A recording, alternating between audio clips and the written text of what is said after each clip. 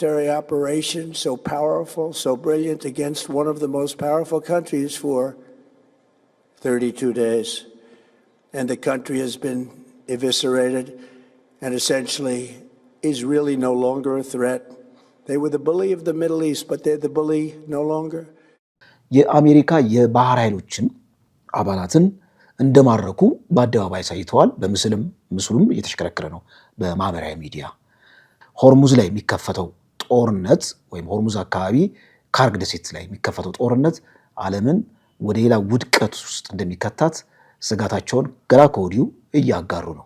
በዚህ ምስራቅ አውሮፓና መካከለኛው ምስራቅ ያሉትን የነዚህን የመረጃ አውታሮችን ጣቢያ ማውደም ነው። ጉግል፣ ፌስቡክ፣ ትዊተር እና ብሎም ሌሎች የመረጃ አውታሮች በዓለም ላይ የምናውቃቸው።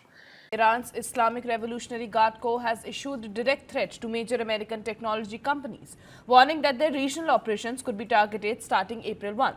ባለፈው እንደውም ጀነራል ታደሰ ወደዚህ ወደ አላማጣ መጥተው እዛ አካባቢ ያሉትን የቲፒኤልኤፍ ታጣቂዎች ለማይቀረው ጦርነት ተዘጋጁ ብለው መልእክት አስተላልፈዋል። እዛ አካባቢ ምሽግም እየተቆፈረ ነው። ምሽግም ሲቆፈር ተመልክተናል።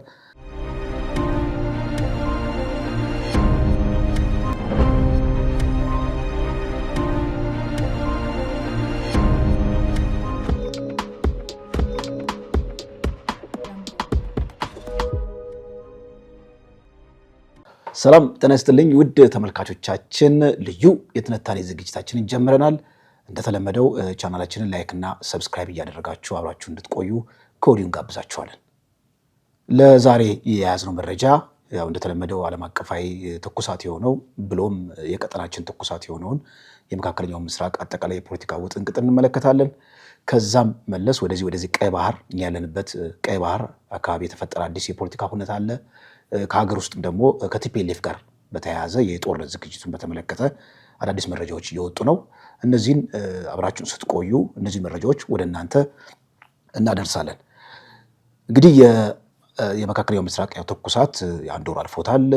ትራምፕ ትናንትና ከትናንት ወዲያ ወደ ሚዲያ ብቅ ብለው እርስ በርሱ የተደበላለቀ መረጃን አጋርተዋል።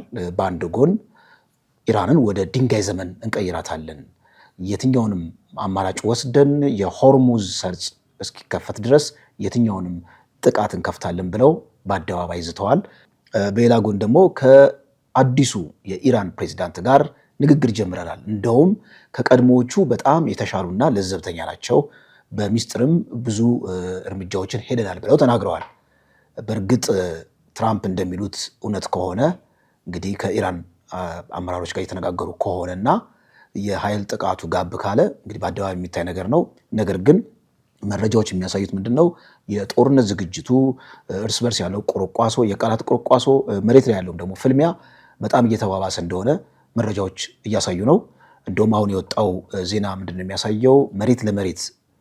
መሬት ለመሬት የተቆፈሩ የኢራን እጅግ በጣም ዘመናዊ የሆኑ ምሽጎች አሉ፣ ባላስቲክ ሚሳይል የሚጠራቀምባቸው። እሱን ማለት ነው አሜሪካ በምትመካበት እጅግ በጣም ዘመናዊ የሆነ ቦምብ አለ። በዛ ቦምብ አማካኝነት እንግዲህ አውድመዋለች። ይህም እንግዲህ ቦምብ ባንከር በስተር ይባላል። በዚህ ቦምብ አማካኝነት በጣም ዘመናዊ ቦምብ ነው። ከስር ለስር ያሉትን አጠቃላይ ምሽጎችን ሰርስሮ ገብቶ የማውደም አቅም ያለው ነው እና ይህንን እንዳወደመ ዜናዎች ወጥተዋል በብሬኪንግ ኒውስ። እንግዲህ መሬት ላይ ያለው ነገር በዚህ መልኩ እየሄደ ነው። የኢራን ደግሞ የመረጃ አውታሮች ወይም ለኢራን ቅርብ የሆኑ የመረጃ አውታሮች ደግሞ የአሜሪካ የባህር ኃይሎችን አባላትን እንደማረኩ በአደባባይ ሳይተዋል። ምስሉም እየተሽከረከረ ነው በማህበራዊ ሚዲያ። ሆርሙዝ ላይ የሚከፈተው ጦርነት ወይም ሆርሙዝ አካባቢ ካርግ ደሴት ላይ የሚከፈተው ጦርነት ዓለምን ወደ ሌላ ውድቀት ውስጥ እንደሚከታት ስጋታቸውን ገና ከወዲሁ እያጋሩ ነው። በመሆኑም እንግዲህ እዚህ አካባቢ ያለውን የፖለቲካ ትኩሳትና ወታደራዊ ትኩሳት በቅርበት የሚከታተሉት ወገኖች እንደሚያሳዩት ከሆነ ትራምፕ በአደባባይ ሽንፈታቸውን አምነው ለጠረጴዛ ድርድር፣ ለንግግር ነገሮችን በሰጥቶ መቀበል መርህ ለመፍታት መዘጋጀት አለባቸው የሚል ነገር ነው። እንግዲህ ትራምፕ በአደባባይ ሽንፈታቸውን ለማመንም ዝግጁ አይደሉም። ከዚህ ይልቅ እንደውም ኔቶን አጋር ለማድረግ ጥሪ እያቀረቡ ነው ይላሉ ታዛቢዎች። ኔቶ እስካሁን ይህን ጦርነት አልተሳተፈም። ለምንድን ነው? በኔቶ ቻርተር ውስጥ ከሰሜን አትላንቲክ እስከዚህ እስከ ቱርክ እስካለችበት አጠቃላይ ቀጠና ያሉትን ወታደራዊ ቀጠናዎች እነሱን ነው እዛ አካባቢ ያለው የበላይነት ቻርተሩ ላይ እንደተገለጸው ማለት ነው። ከዛ ቀጠና ውጭ ያሉትን ግዛቶች ላይ ወይም ደግሞ ከአባላቱ ውጭ ያሉ አጠቃላይ ወታደራዊ እርምጃ ለመውሰድ እንደሚያቀበው የራሱ ቻርተር መተዳደሪያ ቻርተሩ ላይ ሰፍሯል። ኢራን እንደሚታወቀው ኢራን ከኔቶ የወታደራዊ ቀጠና ውጭ ያለች ነች። እንዲሁም ደግሞ ኔቶ እርምጃ ለመውሰድ በሚፈልግበት ጊዜ አንድ በኔቶ አባል ውስጥ ያለ ማንኛውም ኃይል ጥቃት ሲደርስበት ያንን ኃይል ለመቀልበስ ወይም ደግሞ ያንን ሀገር ለመከላከል ሁሉም የኔቶ አባላት መሳተፍ አለባቸው የሚል በጣም ቁልጭ ያለ የኔቶ መተዳደሪያ ደንብ ላይ የሰፈረ ህግ አለ፣ ወይም ደግሞ ቻርተሩ ላይ የሰፈረ መተዳደሪያ ደንብ አለ እና በዛ አማካኝነት ነው ኔቶ እርምጃ የሚወስደው። አሁን ትራምፕ ከኔቶ ለመውጣት እያሰብን ነው፣ ይህንን የኢራንን ዘመቻ በድል ካጠናቀቅን በኋላ ኢሚዲየትሊ ከኔቶ የምንወጣበትን አማራጭ ተመልክተን ወደ እርምጃ እንሄዳለን ብለዋል። እንግዲህ ከኔቶ ለመውጣት ያሰቡት እስካሁን ባለው ዘመቻ ፈረንሳይ፣ ቱርክ፣ ጣሊያንና ስፔን የአየር ክልላቸውን ለአሜሪካ አልፈቀዱም። ኢራን ላይ ለሚደረገው ዘመቻ ምንም አይነት ድጋፍ አላሳዩም። የአሜሪካ ወታደራዊ ኃይሎች በስፔን እንዲሁም ደግሞ ጣሊያን ባሉ ግዛቶች ላይ ልምምድ እንዲያደርጉ ብሎም እርምጃ እንዲወስዱ ምንም አይነት አማራጭ አልሰጣቸውም ማለት ነው። ስለዚህ ኔቶ ራሱን ገሸሽ አድርጓል። አሁን ብቸኛዋ እዚህ ካርግ ደሴት ላይ የሞት ሽረት ትግል የሚደረግበት ካርግ ማለት 90% የኢራን የነዳጅ ወይም የኃይል አቅርቦት የሚሄድበት የኃይል አቅርቦት የሚሰጥ ነች እቺ ግዛት ማለት ነው። እቺ ግዛት ከተያዘች ኢራን ያበቃላታል የሚል ካልኩሌሽን አለ በአሜሪካና በአጋሯ በእስራኤል። ነገር ግን አሁን እዚህ ወታደራዊ ዘመቻ ላይ በይፋ ሳተፋለሁ ያለችው ዱባይ ብቻ ነች፣ ወይም ደግሞ የተባበሩት አረብ ኤምሬት ነች። በሚደንቅ ሁኔታ እስራኤልም በእግረኛ ጦርነት ውስጥ አልገባም ብላለች። እንግዲህ አንዳንድ ወታደራዊ ባለሙያዎች እንደውም ትልቅ የወታደራዊ ባለሙያ ለትልቅ የመረጃ አውታር እንደሰጡት ከሆነ ምን ይላሉ?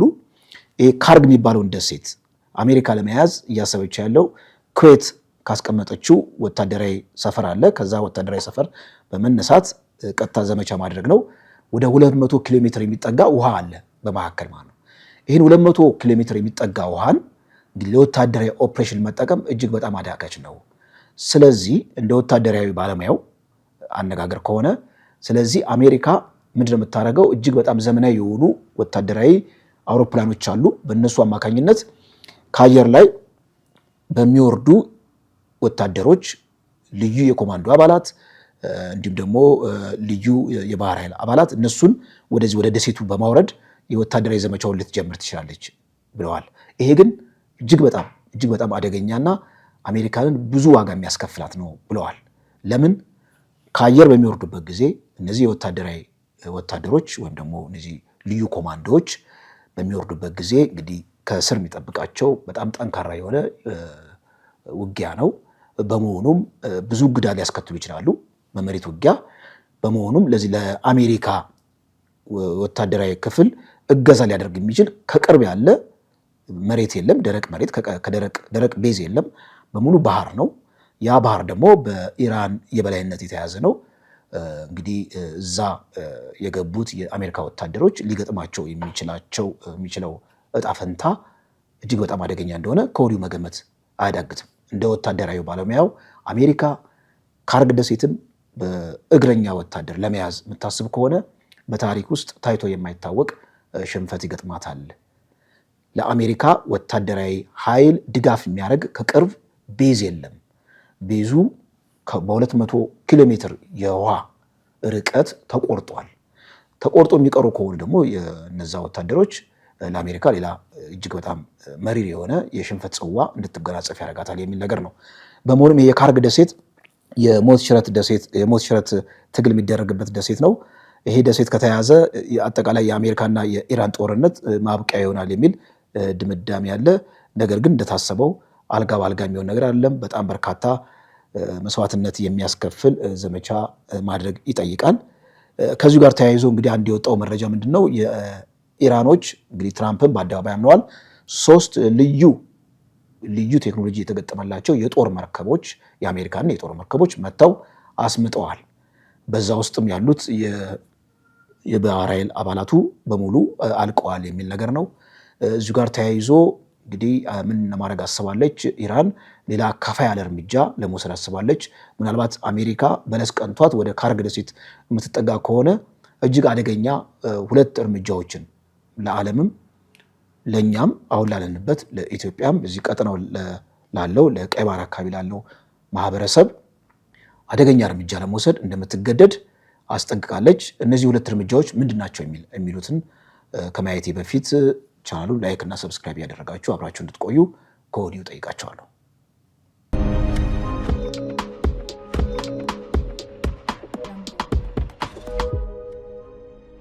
ወደ ካርግ ደሴት የሚደረገው እንግዲህ እንቅስቃሴ ዕለት በዕለት በጣም እያደገ ነው። አሜሪካን በወታደራዊ ኃይል ወደ 10,000 የሚጠጋ ልዩ ኃይል አስጠግታለች። አንዳንዶች ቅድም እንደተናገርኩት አንዳንዶች እንደውም ሰርጎ ገቦች ተብለው የአሜሪካ የባህር ኃይል ተይዘው በአደባባይ ሲያሽከረክሯቸው ምስሎች የተዘዋወረ ነው። ኢራን ያሰበችው ሁለት አበይት እርምጃዎች አንደኛው ምንድን ነው? አንደኛው የጎግል፣ ፌስቡክ፣ ትዊተር እነዚህ አማራጮች አሉ። የምዕራባውያን እንግዲህ የኢንተርኔትን መሰረት አድርገው መረጃ የሚያስተላልፉ ናቸው። እነዚህ የመረጃ አውታሮች በዋነኛነት ወታደራዊ አመራሮችን ለመግደል የስለላ ስራ እንዲሰራ፣ የኢንተለጀንስ ስራ እንዲሰራ፣ የሳተላይት እና የኤአይ ቴክኖሎጂን በመጠቀም ከነዚህ ጋር በመዋሃድ ብዙ እርምጃ እንዲወሰድ አድርገዋል።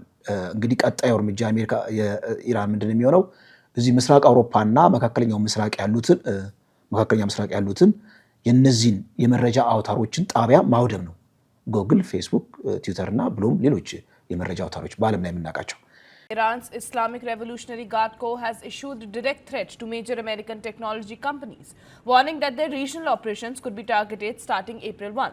The statement names global giants including Apple, Microsoft, Google, Boeing and Tesla. ይሄ ወደመ ማለት ቀጥታ እኛን ይመለከተናል። የባንክ አገልግሎት፣ የኢንተርኔት አገልግሎት በሙሉ ዓለም ላይ ጸጥ ሊል የሚችልበት ሁኔታ ከፍተኛ ነው። ይሄ አንደኛው ነው።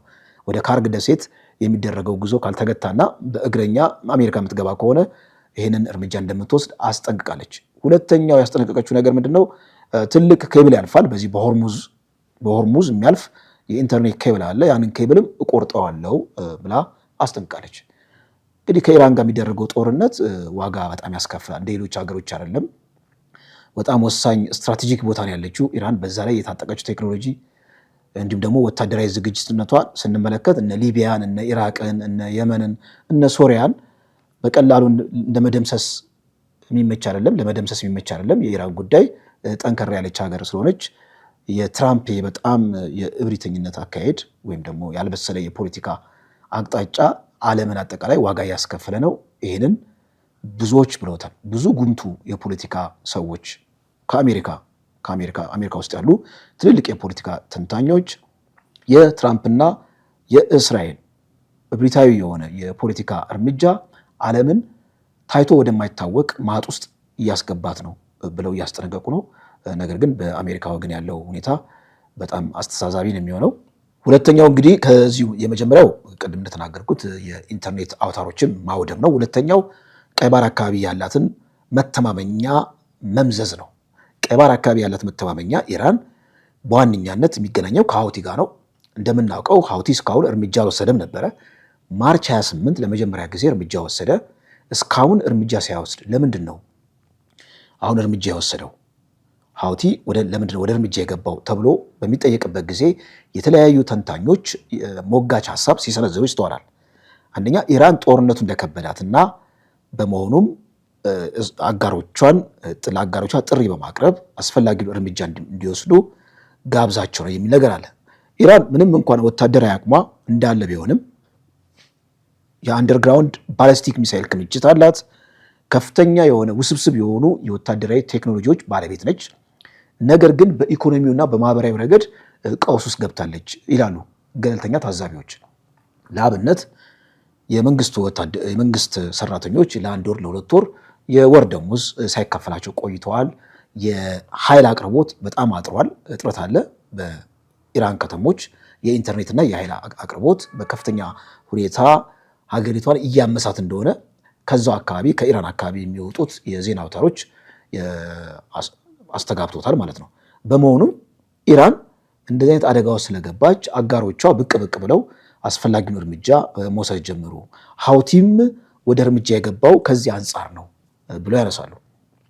ሀውቲ እንግዲህ እርምጃ የጀመረው ቀይ ባህር ላይ አይደለም፣ ወደ እስራኤል ነው ሚሳኤል ያስወነጨፈው። ዛሬም ሚሳኤል አስወንጭፏል። በተከታታይ ሚሳኤል እያስወነጨፈ ነው፣ ጥቃትም እያደረሰ ነው።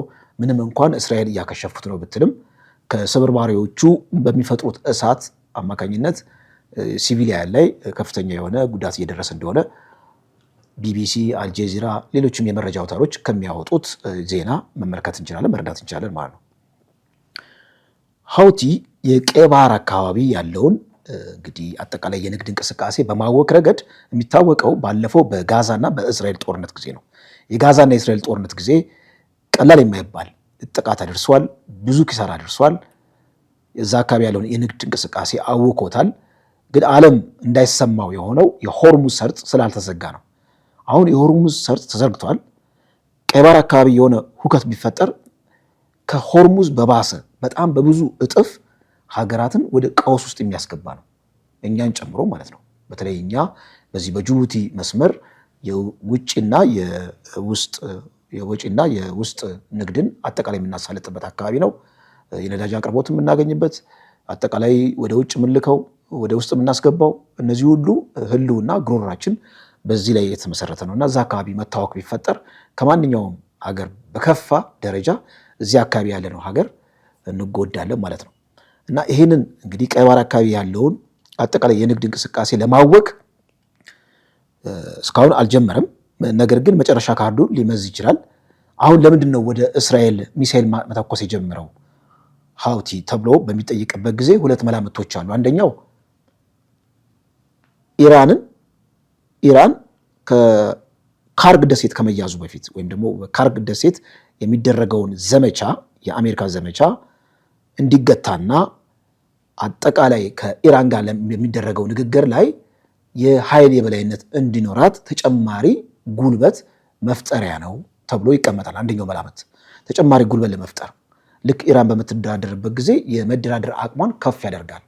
ሀውቲ እንደዚህ አይነት እርምጃዎች በሚወስድበት ጊዜ የኢራን የማጥፋት ወይም ዲስትራክሽን የመፍጠር አቅሟ ከፍተኛ እንደሆነ ከግምት ስለሚጣፍ ንግግር ላይ እንዲሁም ደግሞ ውይይት ላይ የሚኖረው የኃይል የበላይነት ቀላል አይደለም። አንዴ ነው። ሁለተኛ የአሜሪካንን የዘመቻ ትኩረት የመክፈል ስትራቴጂም ነው። የአሜሪካ ትኩረት በሙሉ ሆርሙዝ ላይ በሙሉ ኢራን ላይ ከሚሆን ይልቅ ሀውቲ እንደዚህ አይነት ጥቃት በሚከፍትበት ጊዜ ምንድነው ትኩረት የመበተን ስትራቴጂን ተጠቀሙ ማለት ነው። እና ሁለቱ መሰረታዊ የሆኑ ምክንያቶች ናቸው እንግዲህ ወደዚህ ወደ ጥቃት እንዲገባ ያደረገው ሀውቲን ማለት ነው። ሀውቲ በጋዛና እስራኤል ጦርነት ጊዜ ከፍተኛ ሁከት ፈጥሯል ብያለው።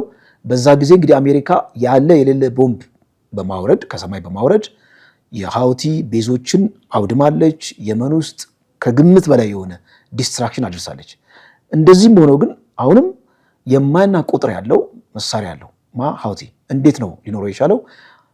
አንዳንድ እንግዲህ የአካባቢ የመረጃ ምንጮች እንደሚገልጹት ከሆነ ሀውቲ ያ ጥቃት በሚደርስበት ጊዜ የየመንን ተራሮችን በመጠቀም ተራሮች ስር ባሉ ምሽጎች አጠቃላይ ያለውን ወታደራዊ ቁሳቁስ በዛ ውስጥ እንደቀበረና ያንን ወታደራዊ ቁሳቁስ አውጥቶ አሁን መጠቀም እንደጀመረ ነው እንግዲህ የሚናገሩት ማለት ነው። ሀውቲ ወደ ቀይ ባህር እርምጃ የገባ ጊዜ ነገሩ ሁሉ ያከትማል። አሁን 11ኛ ሰዓት ላይ ያለ ነው። ምናልባት የአሜሪካ ወታደራዊ ኃይል በለስ ቀንጡት ወደ ካርግ ደሴትን እቺ 90% የኃይል አቅርቦት ለኢራን የምትሰጠው የኢራን ጉሮሮ የሆነችው የኢራን የልብ ምት የሆነችው ካርግ ደሴትን መቆጣጠር አሜሪካ በለስ ቀንጧት ብትችል ምናልባት የመጨረሻው ካርድ ሊሆን የሚችለው ሀውቲ ቀይ ባህር አካባቢ ያሉትን መርከቦች እንግዲህ በሚሳኤል ማጥቃት ነው። ያ ጥቃት ደግሞ እንደው አሜሪካ እንኳን መቆጣጠር እንኳን ብትችለው ከባድ የሆነ ሜስ መፍጠሩ የማይቀር ነገር ነው ማለት ነው አካባቢው ላይ። ያ ሜስ ደግሞ ወደኛም አካባቢ በቀጥታ ስለሚመጣ እጅግ በጣም እንግዲህ መጪው ጊዜ አስፈሪ እንደሆነ ማሳያ ሊሆን ይችላል። በእርግጥ ሀውቲ ወደዛ እርምጃ ከገባ ኢራንም ያላትን የመጨረሻ መተማመኛ ካርድ የምትስብ ከሆነ ከድጡ ወደ ማጡ ይሆናል። ዓለማችን ላይ ያለውም ቀውስ በዚህ መልኩ እየተባባሰ ይሄዳል። አንዳንድ እንግዲህ ገለልተኛ አስተያየት ሰጪዎች ኢራን እና አሜሪካ እያደረጉ ያሉ ጦርነት አሜሪካ እስራኤልም እንዳሰቡት አልሆነላቸውም። በቀላሉ ጦርነቱን መቋጠር የሚችሉ መስሏቸው ነበረ። አሁን ግን እጅ መስጠት ነው የሚሻላቸው። እጅ ሰጥተው መነጋገርና በሰጥቶ መቀበል መርህ ጉዳዩን ቢፈቱት ይሻላል። አለበዛ የዓለምን ጋነባይ የፖለቲካ እና ኢኮኖሚያዊ አውድ እያፋጠኑ እያባባሱ ነው የሚሄዱት የሚል ምክር ሀሳባቸውን ያቀብላሉ። ወደሚቀጥለው መረጃዬ ከማለፌ በፊት ካፍታ መሸጋገሪያ በኋላ መልሳለሁ።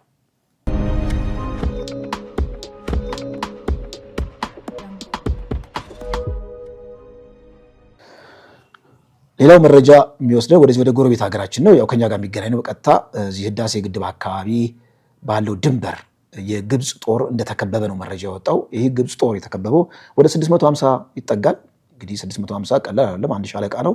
ይሄን አንድ ሻለቃ ጦር ታስ የሚባለው የአማጺ ቡድን ይሄ ታስ የሚባለው የግብፅ የሱዳን አማጺ ቡድን ከአርኤስኤፍ ጋር ወይም ከፈጥኖ ደራሽ ጋር በጥምረት የሚሰራ ነው እና ከቧል። ከቦ እጅ ካልሰጡ እንደሚደመሰሱ ነው እንግዲህ ማስጠንቀቂያ የሰጠው። እጅ መስጠት እንዳለባቸውና እጅ የማይሰጡ ከሆነ እንደሚደመሰሱ ማስጠንቀቂያ ሰጥቷል። ምናልባት ምንድነው የማለፊያ መንገድ ይሰጠንና እንለፍ የሚል ነገር ጥያቄ አቅርበዋል። ነገር ግን ግብጾች በዚህ መልኩ የጦር ከበባ ውስጥ መግባታቸውና እዛ ሱዳን አካባቢ ያለውን የፖለቲካ ትርምስ ይህን ያለ ርቀት ሄደው የፈለገቱን ነገር እየሰሩ የዓለም የመገናኛ አውታሮች አዘጋገብ በጣም ትዝብት ውስጥ የሚጥል ነው። ከኢትዮጵያ ጋር በተገናኘ ከሱዳን ጋር በተገናኘ የሚዘገብበት አዘጋገብ ሂደት እጅግ በጣም የተጋነነ ነው። ኢትዮጵያ ውስጥ አርኤስኤፍ ካምፕ አለው። ኢትዮጵያ ለአርኤስኤፍ የሎጂስቲክ አቅርቦት ታቀርባለች። ኢትዮጵያ አርኤስኤፍን ታሰለጥናለች ይላል። ከማሰልጠን አልፎ እኮ ወታደርን እዛው የትግል አውድ ውስጥ ከቶ ማዋጋት እንግዲህ ከዚህ በላይ የከፋ ነገር የለም እና ግብፅ እዛ አካባቢ ወታደሮቿን አሰማርታ በዚህ መልኩ እንግዲህ በሽንፈት የተከናነቡበትን ሁኔታ የሱዳን ታይምስ ነው ያወጣው። በእርግጥ የተከበቡት እነዚህ ወታደሮች እጅ ካልሰጡ ይደመሰሳሉ የሚል ነገር ነው። ይህ ደግሞ ለግብፅ የፖለቲካ ሁነት እንደ ራስ ምታት የሚቆጠር ነው።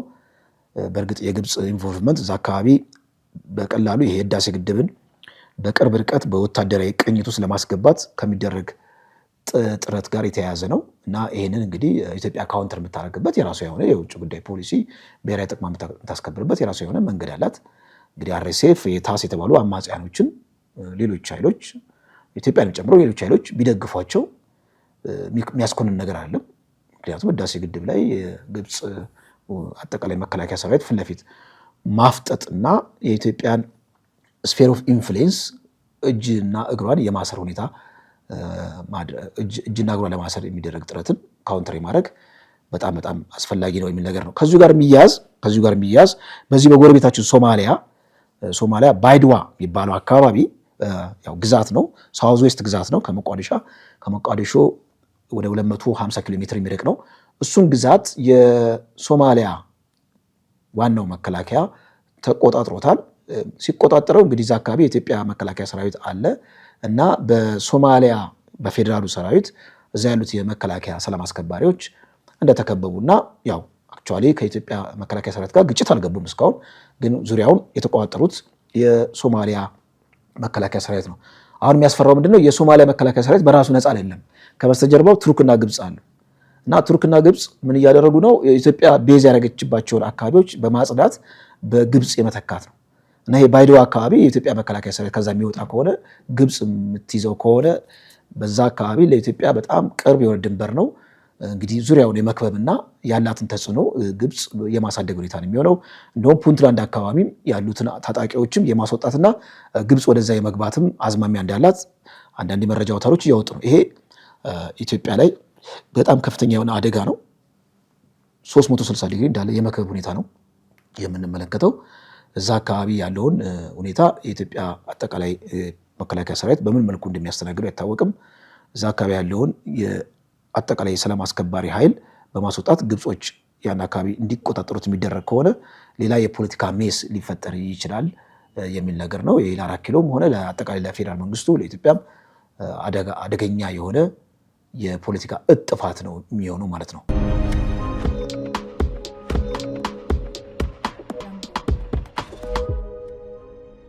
በመውጫነት የያዝኩት እዚህ ወደ ትግራይ ነው የሚወስደን። እንግዲህ ቲፒኤልኤፍ አጠቃላይ አደረጃጀቱን ይፋ አድርጓል። በዚህ በዋዜማ ላይ እንደወጣው እንደተመለከትነው በአራት ግንባር በ12 አርሚ የተከፋፈለ አደረጃጀት አለው። ይህ አደረጃጀት በሴንትራል ኮማንድ እንዲታዘዝ እንዲሁም ደግሞ እነዚህ በፈቃደኝነት የገቡት ወታደሮች መደበኛ ተከፋይ እንዲሆኑ የሚያደርግ አሰራር እንደተገበረ እንግዲህ ዋዜማ ላይ ወጥቷል። ይህ የሚያሳየው የአጠቃላይ የቲፒኤልኤፍ ለጦርነት ያለው ዝግጅት እየተፋጠነ እንደሆነ ነው። ባለፈው እንደውም ጀነራል ታደሰ ወደዚህ ወደ አላማጣ መጥተው እዛ አካባቢ ያሉትን የቲፒኤልኤፍ ታጣቂዎች ለማይቀረው ጦርነት ተዘጋጁ ብለው መልእክት አስተላልፈዋል። እዛ አካባቢ ምሽግም እየተቆፈረ ነው። ምሽግም ሲቆፈር ተመልክተናል። ከራያ አካባቢ ከ6ቱ ወረዳዎችም ነዋሪዎችን በጅምላ በማፈስ ማዕከላዊ ትግራይ አካባቢ ወታደራዊ ስልጠና መስጠት እንደጀመረም እዛው ከዛ አካባቢ የወጡትን መረጃ አውታሮች ታሳቢ አድርገን ተመልክተናል ማለት ነው፣ መገንዘብ ችለናል። ከዚሁ ጋር የሚያያዘው እንግዲህ ቲፒኤልኤፍ በእርግጥ በዚህ መልኩ የተፋጠነ ነው፣ በዚህ መልኩ ያዘጋጀ ነው። እንደውም ጀነራል ጉሽ ገብረና ጀነራል ከበደ ፍቃዱ የተባሉ ከቲፒኤልኤፍ ተነጥረው የመጡት እነዚህ ሁለቱ ጀነራሎች በቀላሉ ከዛ የመጡበት ሁኔታ አልነበረም። በጣም ብዙ ፈተናዎች እንዳዩና ከቲፒኤልኤፍ ጋር አንድ ላይ መቀጠል ለኢትዮጵያ ያለውና ማጠቃላይ ለትግራይ ያለውና አደጋ ነው ብለው ነው እንግዲህ የተናገሩት። ያው የነሱን የፖለቲካ ሀሳቤ ከበስተጀርባ ያለውን አንደር ላይ ብናረግም ወይም በትምህርት ጥቅስ ውስጥ ብንከተውም የነሱ ዋነኛ ምክንያታቸው ጀነራል ጉሽ ገብረና ጀነራል ከበደ ፍቃዱ በቃ ቲፒኤልኤፍን ተተመትናል ብለዋል። አሁን ደግሞ ያየነው ዜና ምንድነው? እነዚህ ሁለቱ ጀነራሎች የሐራ መሬት ያለውን ኃይል እንደተቀላቀሉ ነው። እሱን ማዋጋትና እሱን ማደራጀት ላይ ተሰማርተዋል። ይህ የሚያሳየው ሁለቱ ጀነራሎች እንግዲህ ሐራ መሬት መቀላቀላቸው እንዲሁም ደግሞ ቲፒኤልኤፍ ምሽግ መቆፈሩና የአፈሳ ስራውን ማጣጣፉ ወታደራዊ አጠቃላይ አደረጃጀቱን በአዲስ መልኩ ማደራጀቱ ለማይቀሩ ጦርነት ራስን የማዘጋጀት ሁኔታ ይመስላል። በአብዛኛው ጊዜ እነዚህ አማጺ ኃይሎች የፌዴራል መንግስቱ የሜካናይዝድ ትልልቅ ውስብስብ የሆኑ ወታደራዊ ቁሳቁሶችን ለማንቀሳቀስ ስለሚቸገር ወደ ክረምት አካባቢ ጦርነት መክፈት ይቃጣቸዋል ወይም ይፈቅድላሉ ምርጫቸው ይሆናል ክረምት አካባቢ እና ቲፒኤልኤፍም ይህንን ነገር እየጠበቀ ይመስላል። በእርግጥ የሐራ መሬት ያለውም ቀጥታ ቲፒኤልኤፍን አሸንፈን ትግራይ ውስጥ ያለውን የፖለቲካ አሳለፍ በበላይነት እንይዛለን የሚል ድምዳሜም አላቸው። በእርግጥ የሐራ መሬት ያለው ቲፒኤልኤፍን ካውንተር ማድረግ የሚችልበት አቅም አለው ወይ? ቲፒኤልኤፍስ እንደሚያወራው 12 አርሚ ውስጥ በቂ የሰው ኃይል አለ ወይ? እነዚህ ነገሮች ለፖለቲካል ዲተረንስ ወይም ለማስፈራራት ነው ወይ ተብለው መሞገት አለባቸው። በእርግጥ በዚህ ጊዜ ሌላ ጦርነት ቢከፈት አሁን አማራ ክልል ቀላል አይደለም ያለው ጦርነት፣ በጣም መጠነ ሰፊ ጦርነት አለ ከመንግስት ጋር ከፌደራል መንግስት ጋር። ኦሮሚያ በአማራ ክልል ደረጃ ባይሆንም አንዳንድ ፖኬት አካባቢዎች ግጭት እንዳለ ይታወቃል። ቲፒኤልኤፍ በዚህ ላይ ደግሞ ጦርነት ቢከፍት እንግዲህ መካከለኛው ምስራቅ ያለው ቀውስ ታሳቢ ስናደርግ የነዳጅ አቅርቦቱ በጣም አሳሳቢ ደረጃ መድረሱ ስንመለከት የኢኮኖሚ ቀውሱን ታሳቢ ስናደርግ በዚህ ላይ ደግሞ መጠነ ሰፊ የሆነ ጦርነት ከቲፒኤልኤፍ ጋር ቢጀመር እቺ ሀገር ወዴት ልታመራ እንደምችል በጣም ያስፈራል እና ቁጭ ብሎ ነገሮችን በጥሞና ወንበር ስቦ ለመነጋገር በግራም በቀኝ ያሉት ኃይሎች በደንብ ቁርጠኛ መሆን አለባቸው። ይሄ ቁርጠኝነት ደግሞ ከጊዜያዊ የፖለቲካ ትርፍ ባለፈ ትልቋን ሀገር ትልቋን ኢትዮጵያ ታሳቢ በማድረግ ነው። በእርግጥ ቲፒኤልኤፍ ቆሞ ቀር እንደሆነ ይታወቃል። ቲፒኤልኤፍ ለፖለቲካ ድርድር ለንግግር ታሳቢ ራሱን የሚያደርግ አይደለም፣ ስልጡን ኃይልም አይደለም። ቢያንስ አማራ ክልል ያለውን አጠቃላይ የፖለቲካ ውጥንቅጥ የፌዴራል መንግስቱ በተወሰነ ደረጃ እሱን ለመፍታት እንኳን ብዙ ርቀት ቢሄድ የቲፒኤልኤፍ አጠቃላይ ችግር እዳው ገብስ ሊሆን ይችላል ማለት ነው እና አማራ ክልል ያለውን የፖለቲካ ውጥንቅጥ በጣም ብዙ ርቀት ተኪዶ ለመፍታት መንግስት የማይወስን ከሆነ በዚያ ደግሞ የቲፒኤልኤፍ ጦርነት የሚከፈት ከሆነ አገራችን ላይ የአገራችን የመኖርና ያለመኖር ወይም ደግሞ የገደል አፋፍ ላይ የምትቆሙበት ሁኔታ ለመተንበይ ነብይ መሆንን አይጠይቅም ማለት ነው።